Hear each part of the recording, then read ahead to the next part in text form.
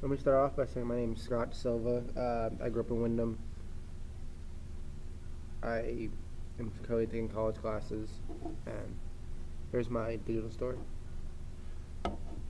So, when I first found out that my mom had cancer, it was during school, and when I got home, my mother and my other siblings were sitting there at the table, and right away, with my father, and right away I knew something was off because my dad and my mom are never seen to get together, and they don't like each other.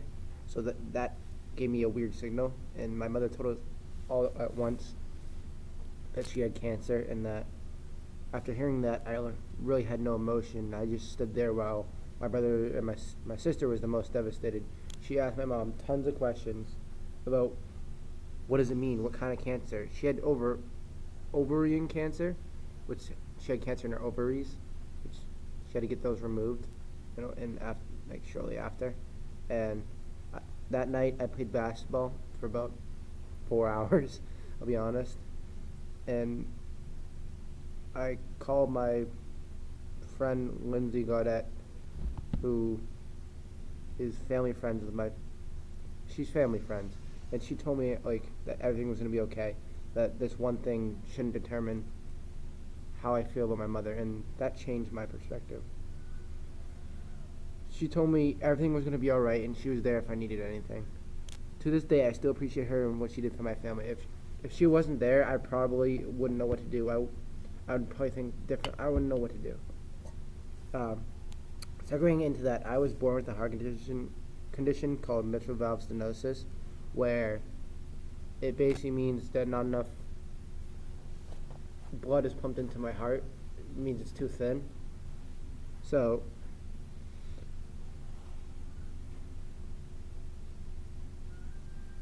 I found out that when I'm 27, I'm gonna have to have open heart surgery, and I went more in depth into that and did my own research, and I looked at that it was gonna be an 8% chance that I could die, and that mind boggled me.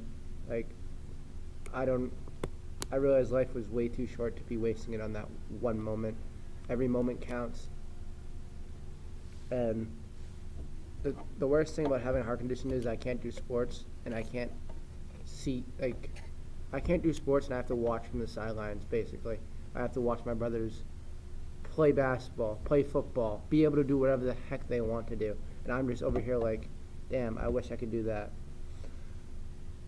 So, I went to an all-white school, and we only had really one person of color in our school, and one transgender kid named Aaron, who I was friends with and still am.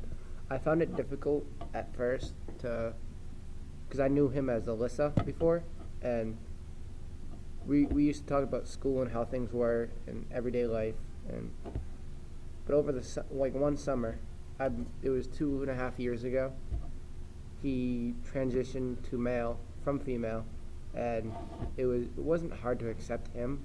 What was hard was other people accepting him and calling him names, and I had to stick up for him because he was my friend, and I feel like he shouldn't be treated differently for who he feels comfortable he wants to be.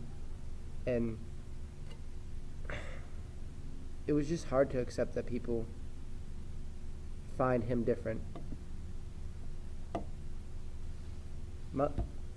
College is different than high school for me because I have a group of friends who support me and actually go to my games. That I can't disclose what I do, but they come to my games and watch me dance around and act like a fool. And like in high school, I was always the kid who just chilled. Everybody knew me, but like I didn't really talk because there was no point. Everybody knew who I was. So I basically went to an all-white school, and switching to a school that has Asians, blacks, whites, like many cultures. It was kind of different, but it was easy to get into it because I was raised like knowing that everybody's equal to each other. Everybody should be treated the same, and I really think I found out what was meant to do was be a vet. I love making the people laugh, and I love making the dogs smile a little bit. And I just love being in college. Thank you.